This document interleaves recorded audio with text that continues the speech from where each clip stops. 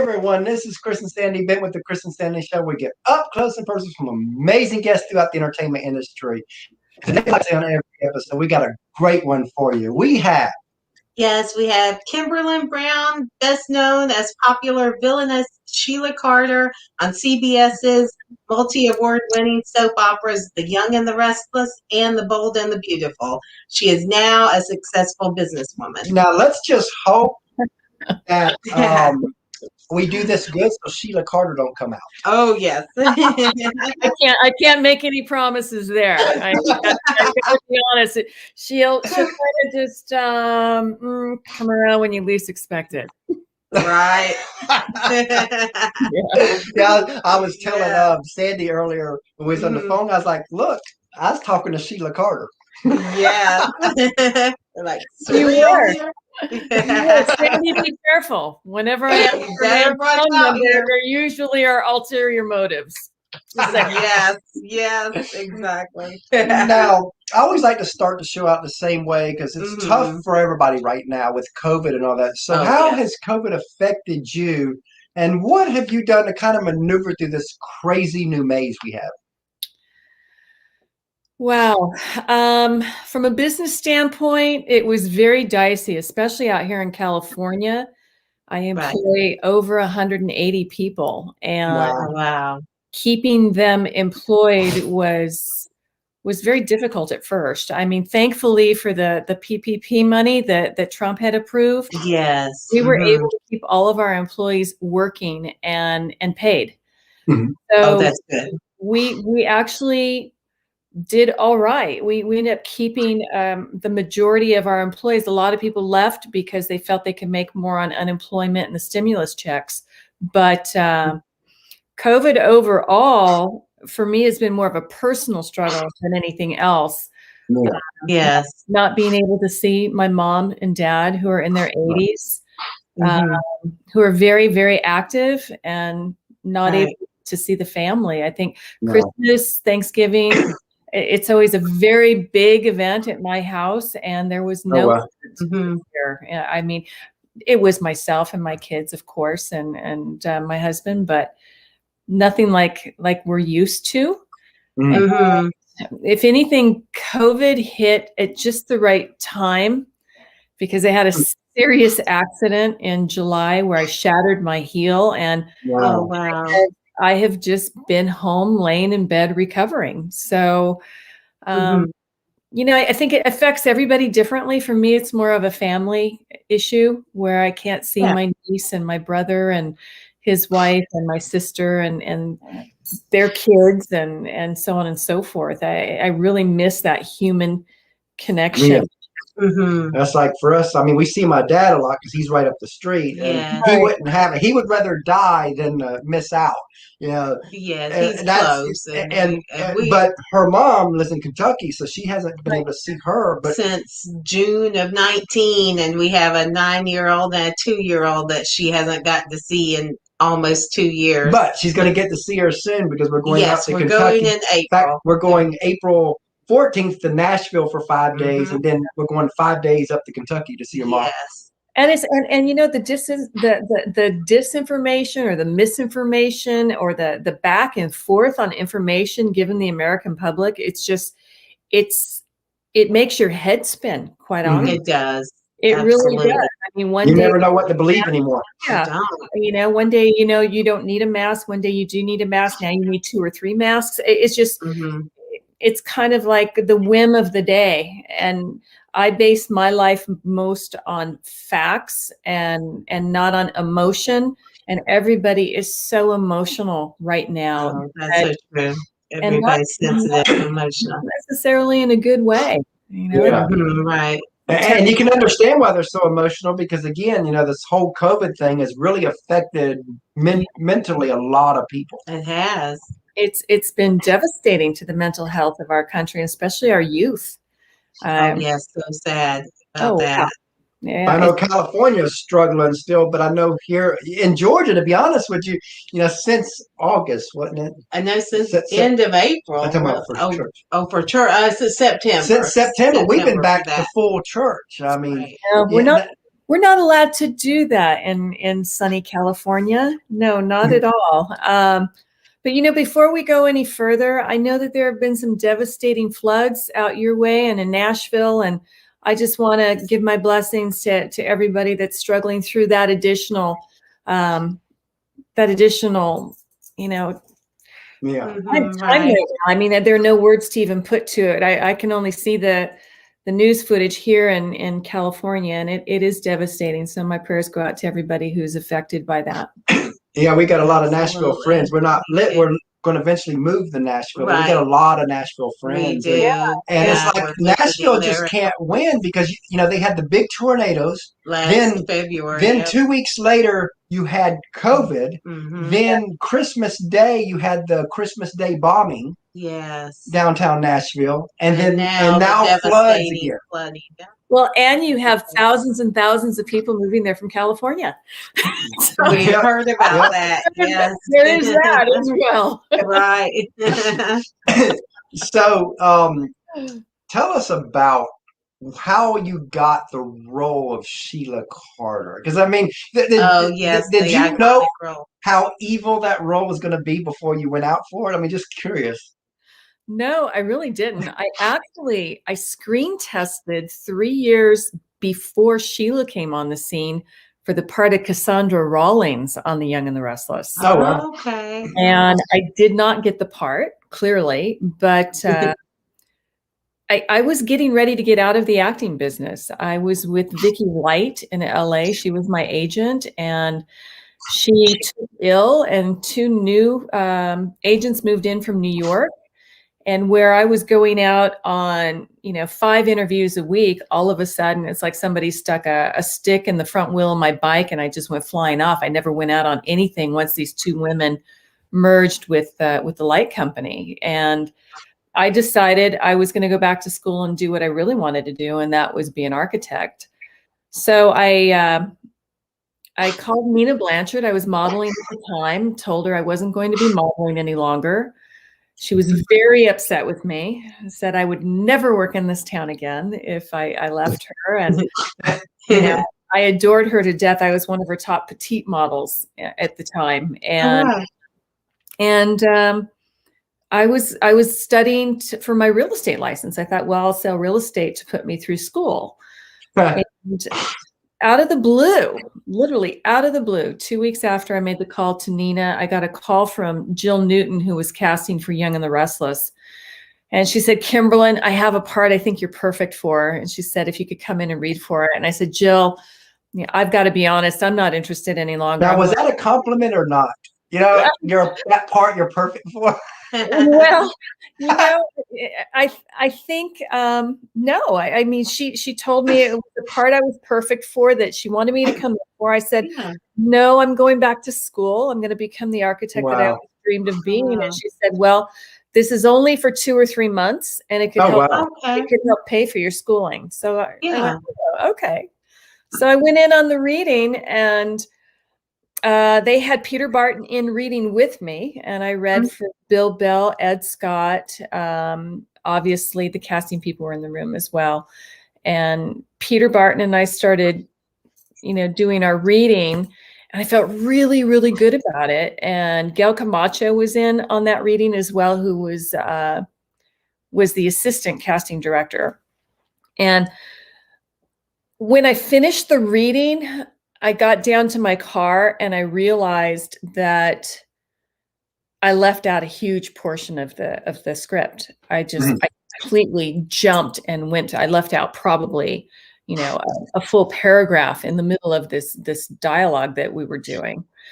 So I got on the phone and I called Gail Camacho and I said, Gail, I'm so sorry, please bring me back again. I know I messed up. I completely dropped this dialogue. And she let me apologize for about 20 minutes and then told me, but you got the part. So the thing that I was told was that there was no wrong to Sheila. Don't hold back. There was absolutely, they said, think of Kathy Bates in Misery.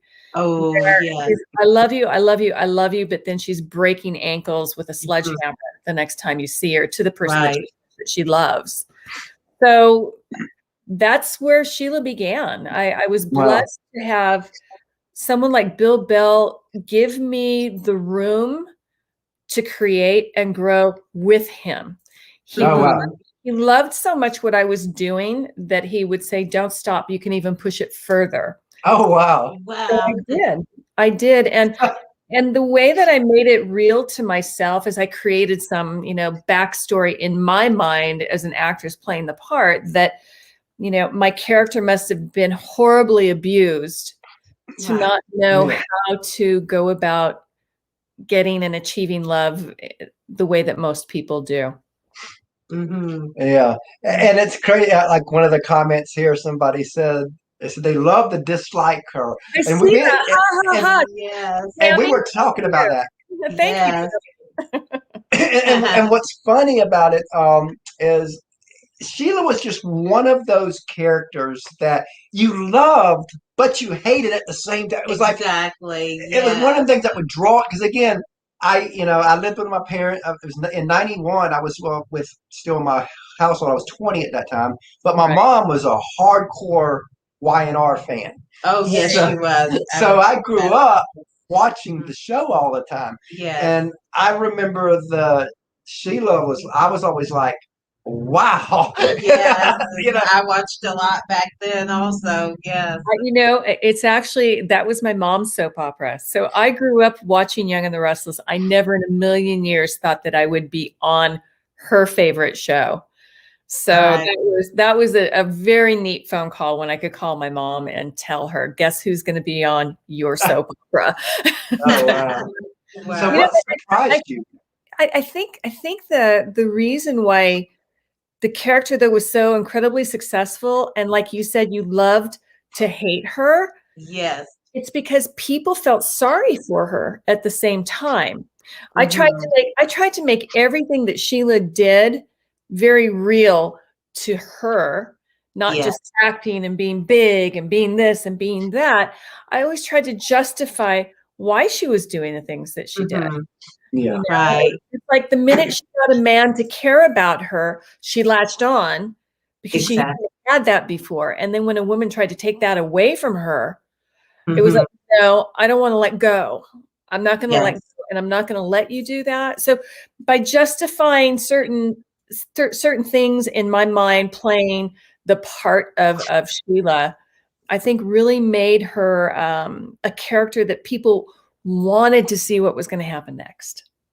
Yes.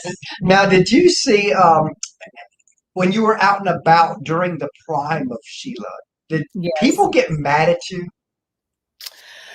Every once in a while. Actually, not too often. Most of the comments were, wow, we love to hate you. We love to hate you. You make things so spicy and you keep it interesting. But there were a couple of times I was on my way home from the Caribbean with my husband, and we had a layover in Dallas, and I went into the ladies' room, and I had these women come up to me that were there together, and they started hitting me with a newspaper.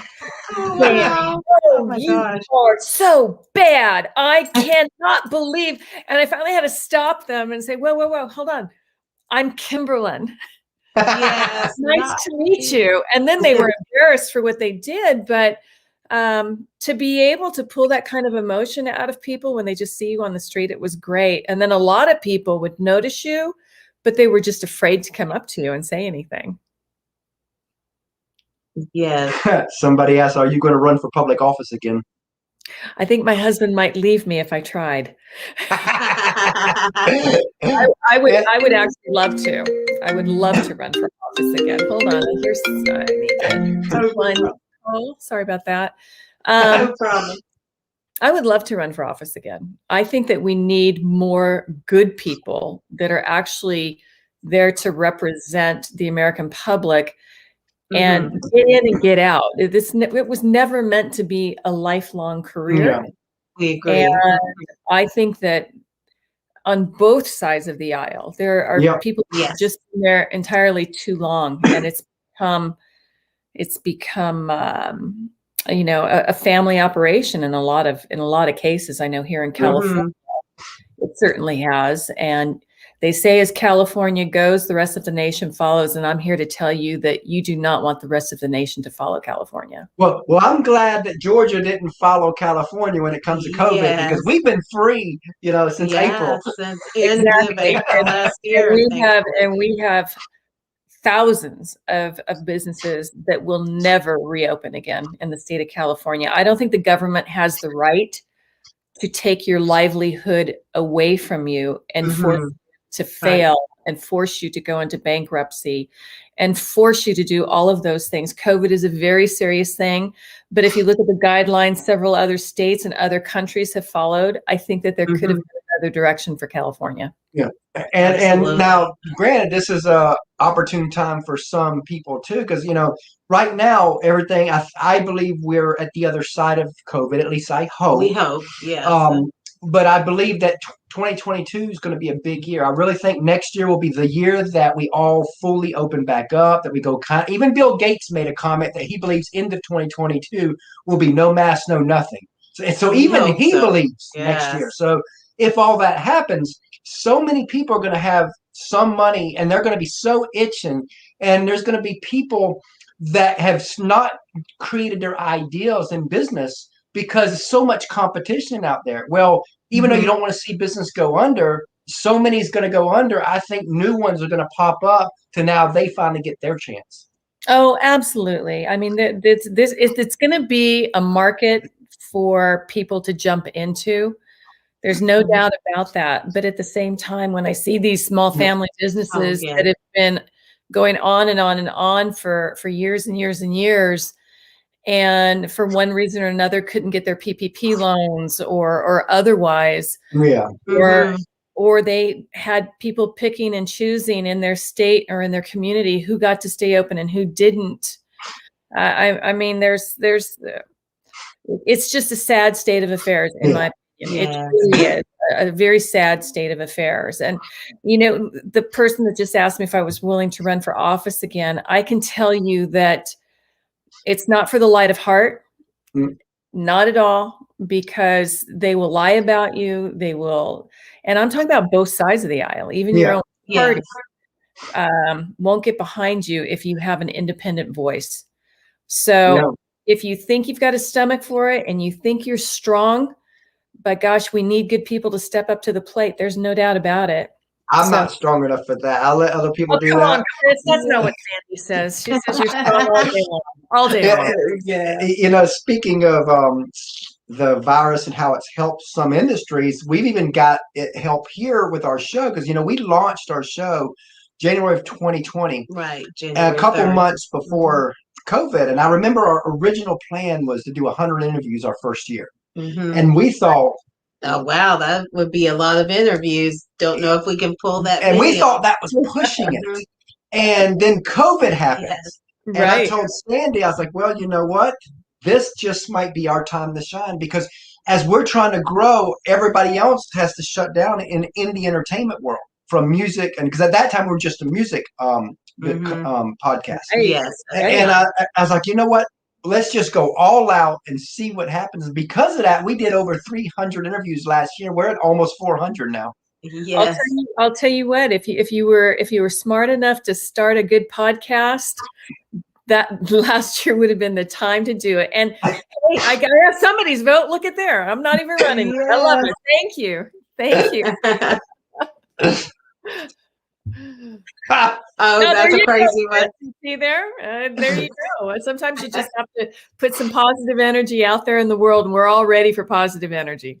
Most definitely. That's why we try to do our show. We want, it was different a little bit at the very beginning, but once COVID happened, we're like, we're going to be the place where we're just relaxed. As you see, we're in t-shirt and stuff. Yeah, and we just want to be a positive enjoy vibe out there. And, wrinkled denim, I know. and sometimes, hat. sometimes people see the fun we have on the show, and they think this is easy. And that's something I want to talk about now a little bit, because as you know, a lot of people, they see the actors like your Brad Pitts, your Angelina Jolie. They see the glory behind them, but they don't see the grind, the sacrifice, the tears, the struggles that it takes, not just to get to their level, but even a career level within the entertainment world. And nobody really talks about this side of it.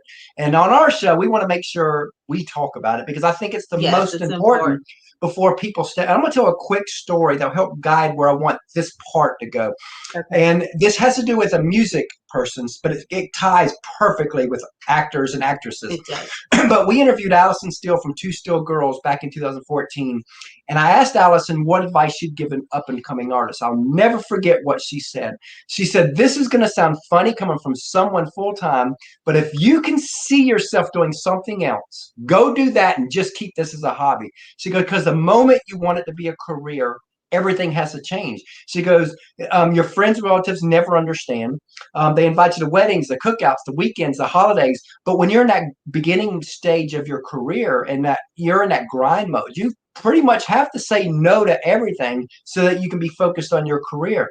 Then your family has a sacrifice. They got to be willing to kick you out the door and share you with the world. And that's tough for a lot of families within the entertainment world. But then she added, but if you cannot see yourself doing anything else, then go all in. That's the only way that those kind of sacrifices could be worth it. What do you think of what she said? Let's talk about that side of it. Well, I think she's definitely right. And the really difficult thing is when you choose something that you want to do and your family does not get behind you. They think you're crazy. You know what I mean? Or you're not pretty enough. You're not tall enough. You've never done this before. Are you nuts? That kind of thing. And then when your mom, in my case, even has a very close family friend, the big brother you never had, take you out to dinner and physically tell you those things, Wow. Yeah. You can't model, Kimberlin. You're not tall enough. You'll never be a Christy Brinkley or any of the other big name models from that time period.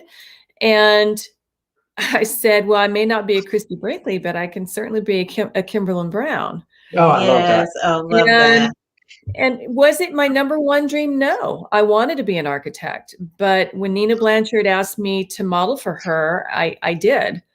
And I was one of the very few that made a living off of modeling back in the day, and back in the day of Broadway, if you can remember Broadway stores and things like that. It was like I was one of Broadway's top petite models. So I was always working.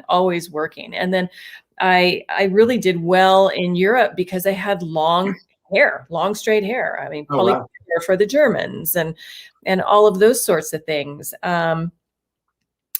It wasn't until I came home from Europe one year when Nina Blanchard said, hey, Kimberlin, they're looking for a gal who's good looking, but not terribly tall, because the lead actor wasn't very tall.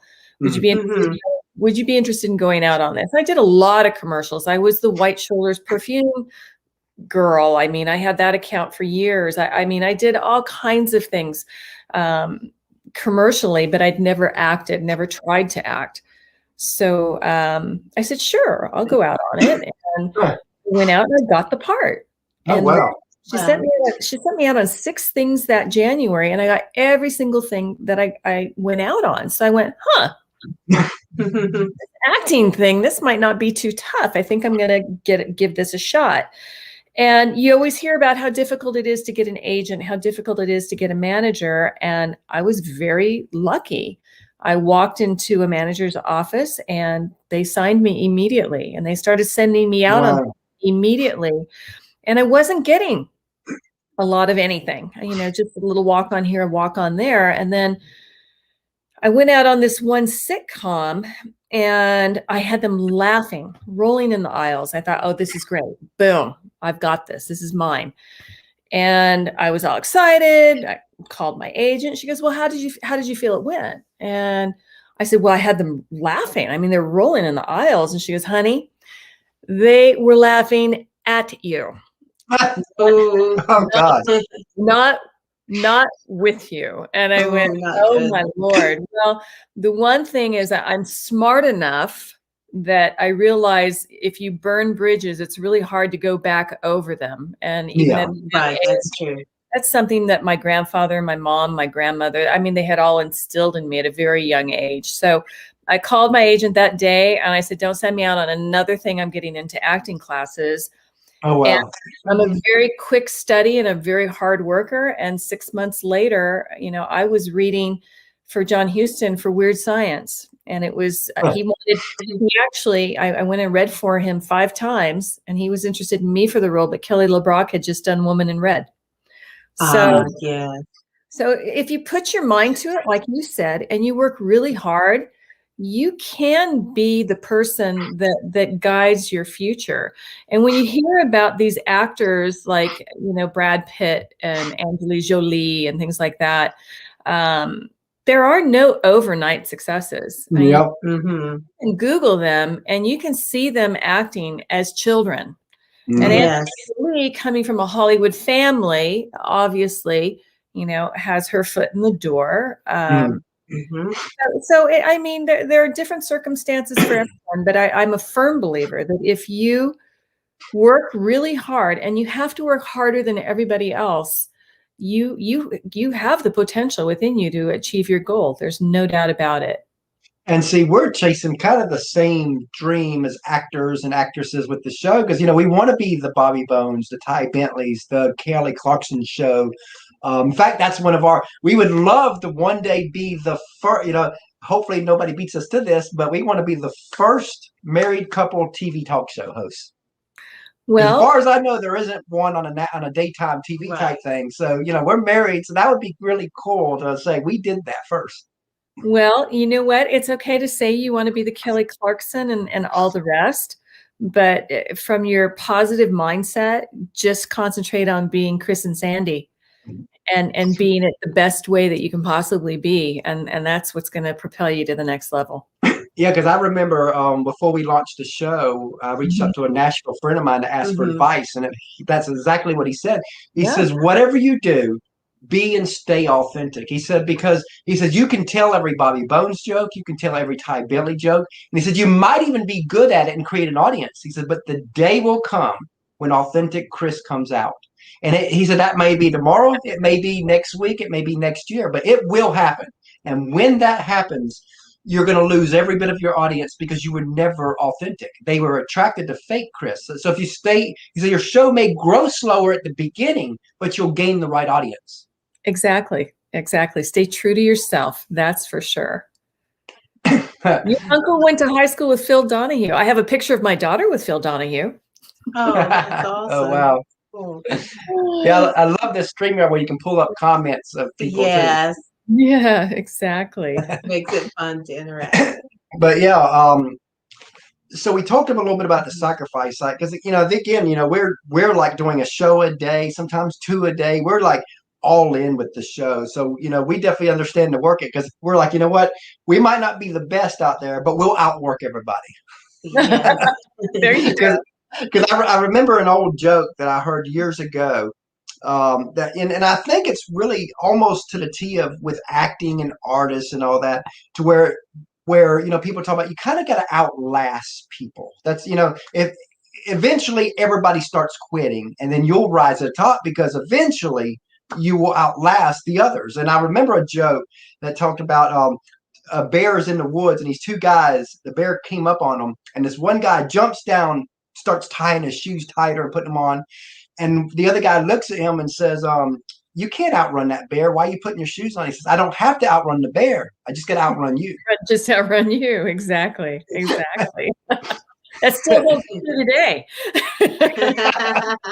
and that's how I see it out there. I know that sometimes we bring on music people and they don't want to consider it competition with each other. But in reality, there's thousands of people that's trying to do the same thing as you. Even though you're competing with yourself, you're still competing with them because it's still all in the same. And there's so few spots to make it. I mean, not everybody can make it, and we know that. So we're like, we'll just outwork everybody and then see what happens. Well, there you go. That's a good work ethic to have. So when you look back on your career so far, what are a few moments, and I know the Sheila one was one of them, that you look back and you're like, wow, I got to do that? In my career. Yeah, in your career. We'll talk about your business in a minute, but let's talk about your acting. I'm sitting here thinking what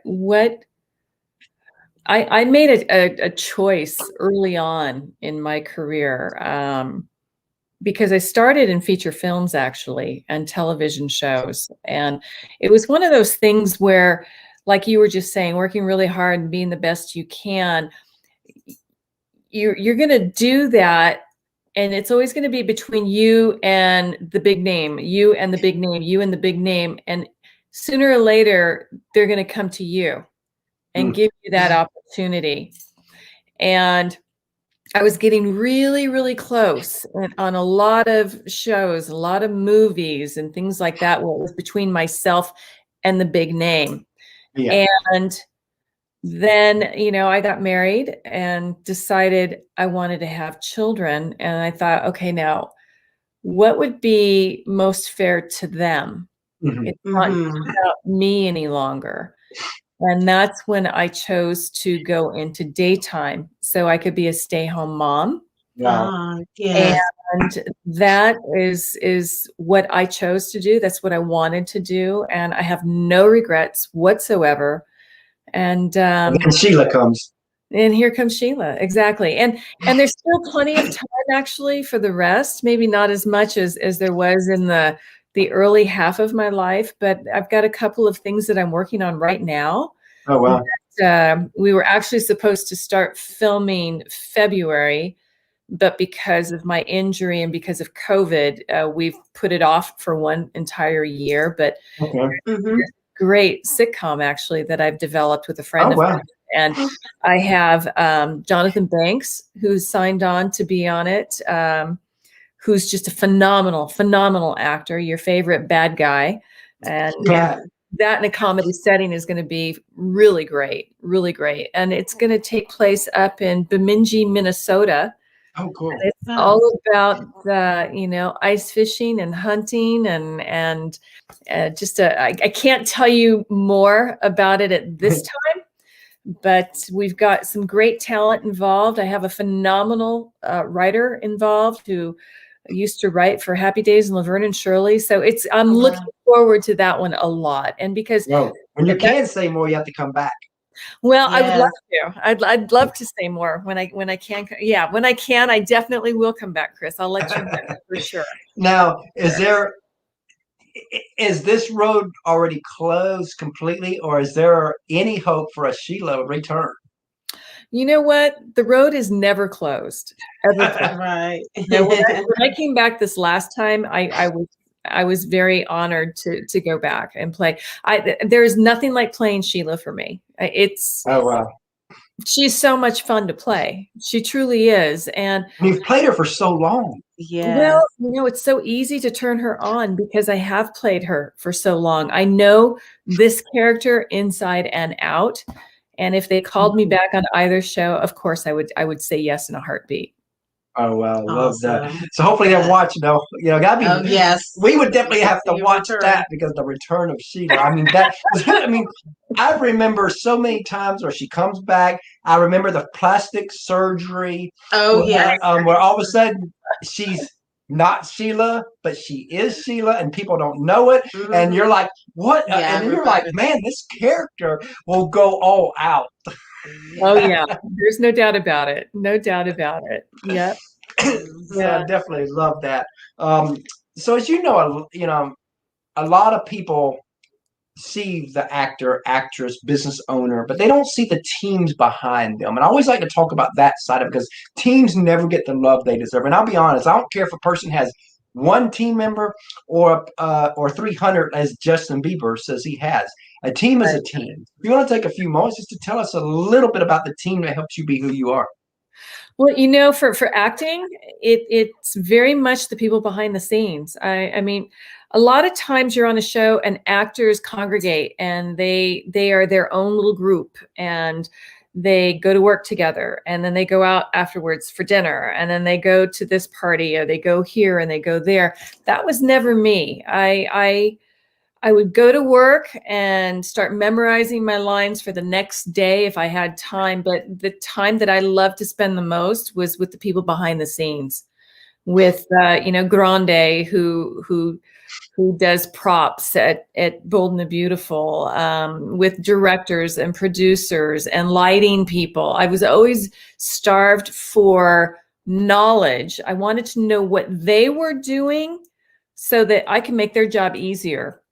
Hitting your marks, knowing where your key lights are, knowing all these things. It's all part of being a good actor or actress. And it's truly the people behind the scene, and wardrobe and makeup and all of that. I mean, those fake noses and things that you were talking about a minute ago. Yeah. Those are hours and hours of time for people, doing specialty makeup. And you're right. All too often, they're not brought to the forefront.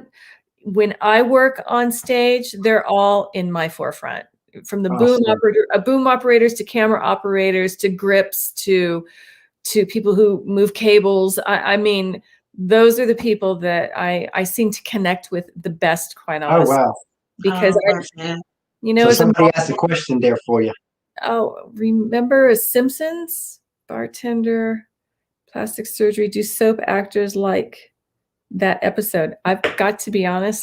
My kids watch The Simpsons, but it's just for me. Like I said, I'm a wife and I'm a mom, so that's what was most important to me. Not necessarily walking into the room and needing to fill that room, and have everyone look at me. That was never me. Oh, wow. Now, speaking of teams, we have a third co-host, our 9-year-old. And Sandy's going to go get him. I will get him. So we always let him ask a few questions. And we've got a 2-year-old daughter that when she gets older, we'll be plugging her into the show, too, because we are a family affair. Perfect. In fact, we're so much a family affair. I created the name Family Affair Media because I'm like, you know what? I'm always saying on every episode, family affair, family affair. Like, you know what? Let's just create the media name to be called Family Affair. Well, that's perfect. That's a good one. Because again, it's definitely about the family. That's what I like about your story, because our story, as you said, you read about our story before we came on, but that our story is about family. Well, look at this young man. Now who's this? My name is Christopher. Oh, Chris and Christopher. All right. Nice to meet you. Nice to meet you. Hi, Kimberlin. So what's your favorite food? What's my favorite? I'm sorry? What's your favorite food? My favorite food. Oh my goodness, there's so many good ones. My favorite. Well, I'm a meat and potato girl. I'm gonna have to say steak and baked potato. Yum. And what's yours? Mine's pizza. I almost said pizza because of you. But I better let everybody know how I really feel. All right, next. Okay, so what's your favorite TV show? My favorite TV show. Right now, I'm kind of binge watching Schitt's Creek. It's and that's not the bad word, Schitt's Creek. Okay, it's a family. It's a family name that's not spelled the same way, and it's a comedy that I need to laugh these days. Most definitely. Yes. And what's yours? Mine is SpongeBob. Oh, you know what? I grew up with that too. That and Barney. And what's been cool is he watches a lot of Nickelodeon shows. So we've been able to, because of our show, we've been able to bring a lot of Nickelodeon actors onto our show for him to talk to. Fabulous. Which I'm like, I wish that would have been like that when I was little, Yeah, exactly. Bye, thanks. Wait, Christopher, is that it? Yeah, that's it. Well, wait. Sit back down for a minute. I've got a question for you. Really? Yeah. So what grade are you in? I'm in 3rd grade. Okay. And what's your favorite subject? Subject reading. He loves to read because he's homeschooled. All right. And what do you think you want to be when you grow up? Maybe a firefighter. Oh, you know what? That would be we need more people like you. I think that's wonderful. Good luck with your future. Bye, thanks. Yeah, he loves this part of the show because he's been on 95% of the episodes. Oh, wonderful. And since we homeschool, we're able to balance all that out to have him come on the show. Yes, it works out well. What's funny is we've been a 24/7 couple for 18 years of our marriage. We have. And people have called us together. People have called us unhealthy, called us this, called us that. We're stupid. We're this. And then we homeschool him, and they're like, oh, that's wrong. That's this, that, this. So all of a sudden, so here it is. We have society trying to tell us that we need to change to their way. Then COVID happens, and we're like, ain't this ironic? Isn't Society now has to live our way. Yes. No, I get that. I get that completely. Oh, San Diego Gas and Electric, they're turning they're doing repair work. So I'm sorry, they're calling in behind us.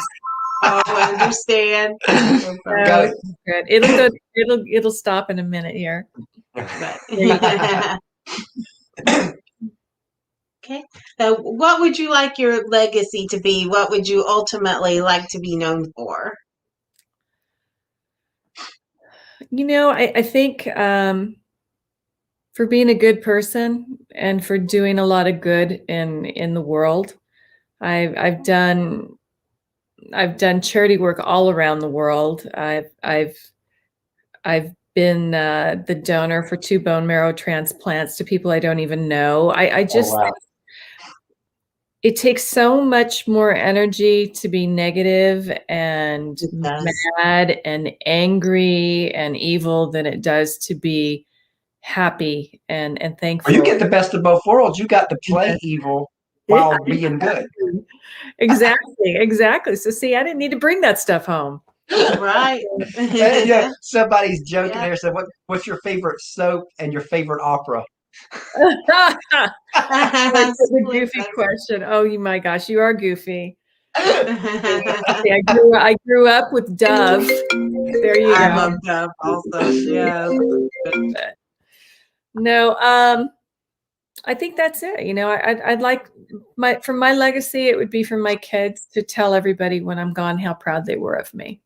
Oh wow, that's awesome. A good one. Love that answer. So will your show be on any of the networks, or do you not know? Or do you know that yet?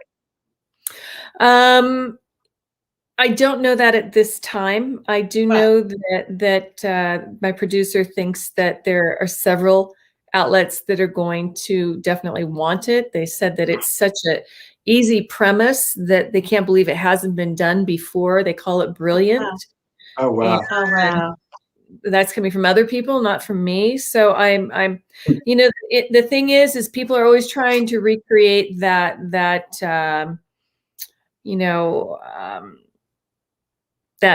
Ted Danson with Bar and all of that, where everybody comes, the whole neighborhood's in one place, and that's kind of what this show is about, but on a whole different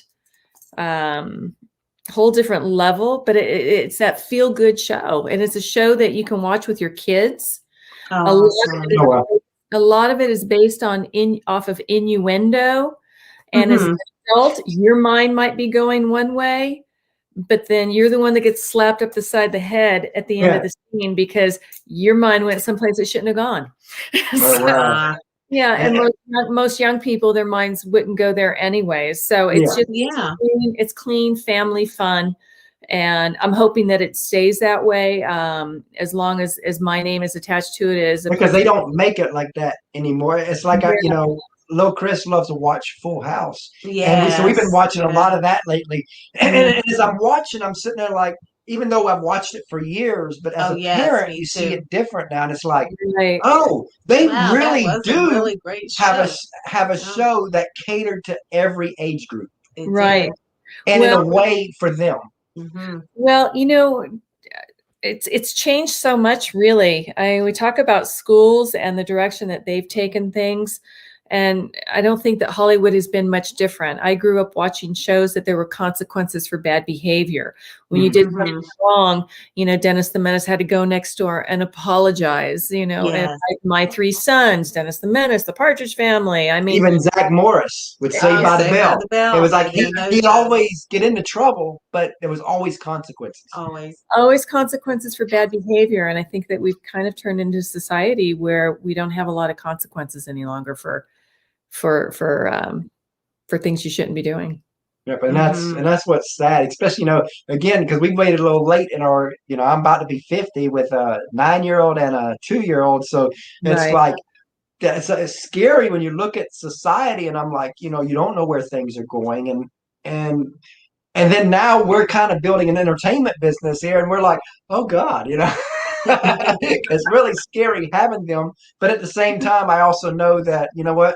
It's all in God's hands. We just got to rely on Him and allow Him to work. There's never a right time or a safe time. There's just the time. So it's all good. It's all good. So, what advice would you give other people that has the talent to be an actor, and they've done maybe a few shows, maybe a few commercials that are still getting their feet wet, but they're all in. They come to you. And they just feel like this is what they're supposed to do with this next phase of their life. What advice would you give that specific person? Don't let anybody tell you that you can't, because if you allow people to put limits on you, then you will walk around with limits on you. There was a time when I had one of my agents go to a big agency. And she wanted me to go there with her. And I didn't right away because I'm very much a loyalist. And I felt that I owed it to, my first agent to continue, even though these two women came from New York and the whole dynamic changed. I still wanted to give my agent an opportunity to show that they could still work for me. And 3 months later, I called this other agent and I said, okay, I think I'm ready to come over. And she was very excited. And when I went into this agency and I had my meeting with her, and then she took me in to meet the owner of the agency, he basically looked at me and he said, if you would have come with me 3 months ago when you were asked, I would have taken you. But let this be a lesson to you. And he pointed his finger at me. And then there was another agent in the same building who said, why do you want to be an actress? Why do you want to? It's like, I've already been doing this for years and you're asking me why and telling me maybe I should think of something else and something different. But this very powerful agent in Los Angeles shook his finger at me and said, let this be a lesson to you. The next time you have somebody that works for you and wants you and they ask you to go with them, you go. Oh, wow. And I said, well, thank you very much. And I got up and I walked out. I certainly didn't need somebody waving their finger at me. And 3 months later, I was signed to a contract on Young and the Restless. So who was the one that lost out? That's my question. Everything happens for a reason. It's like when you look through our life, with our marriage, it's funny. So many times we would be out and about and we'd run into people. I'm talking about strangers, not friends. And Sandy would know if I get 2 or 3 minutes in a conversation with somebody, we're there 60 minutes. It's just, there was just no way around it. We're there. And I've done that thousands of times. And many times she'd get upset and she'd roll her eyes. What's funny is we look back now, we laugh because we realized that we were being prepared for a 60-minute show, because now we actually can hold conversation with people because of all that. See, they want in too. They want in the conversation too. Yes. I'll tell you what, I got the dogs barking so loud right now, I couldn't hear that last question. I was like, they want in too. Yes. I got somebody at the front door. I'm gonna text my daughter real quick and see if she'll go answer that real quick. Okay. Give me just 1 second. 1 second. Sure. Definitely love animals. Yeah. Let me see if she can answer the door. I'm so sorry, everybody. Oh, no problem. We understand. You know, when you're doing these lives, you just never know anything can happen. Anything can happen. That makes it fun. I'll tell you what. I know exactly what he wants. It's the propane guy. He arrived here and he's probably wanting me to move my truck. Oh wow. Okay, my daughter's headed to the front door now, so I'm good. Good. But I was just like, you know what? They just want to be part of the show too. Oh, they do. They do. Milo, come here. Milo, come here. You want to be part of the show too? Yep. Look at the comments. Who let the dogs out? Yeah. Perfect question. There you go. Love it. That's the one great thing about what we do. You know, yeah. Sometimes you want like one day be signed to a bigger show and all that, but then I wouldn't have the flexibility of, you know what, having fun. Yeah, because we're about having fun. It's like, because sometimes once you sign to like iHeartRadio and other things, then they control what you say, what you can't say. But on our show, we get to just be us. Well, that's fabulous. That's fabulous. But you know what? One of those days, it is going to be bigger. And you're just going to have to learn how to roll with that and keep it real and keep it yours. And it'll be that way. It truly will. Somebody wants me to interview the dogs next. Yeah, that's Milo. Oh. So as we come to a close here, I know you got another interview coming up, and I don't want to keep you. Take too much time. So any final parting words, and how can people reach out to you? I'm not a huge person for Instagram. I've got to be honest. Or I'm not a huge person for social media, but Instagram is something that people can definitely reach out to me and contact me through that. In another couple of months, I'll be calling you back and we'll have another little show. I've got a couple of really cool things coming up. Oh wow! Oh, absolutely. Love to share with people. So, and if you've got any actor friends, actresses that you think would be great for our show, we like to get up close and personal, and we're trying to break through. And we've had a lot of great guests like you come on, but you know what? We're always looking for that next one too. Absolutely. I actually do. There's a couple of people. I'll now that I have your phone number, I'll introduce you through a text. Please Sounds do. great. We love that. Right. All right. And thank you everybody for, tuning in to say hello to me today. I really appreciate it. And Chris and Sandy and for having me on. I thank you for that. And I'll see you guys again. Sounds great. Thank you so much for your time. And everybody, y'all have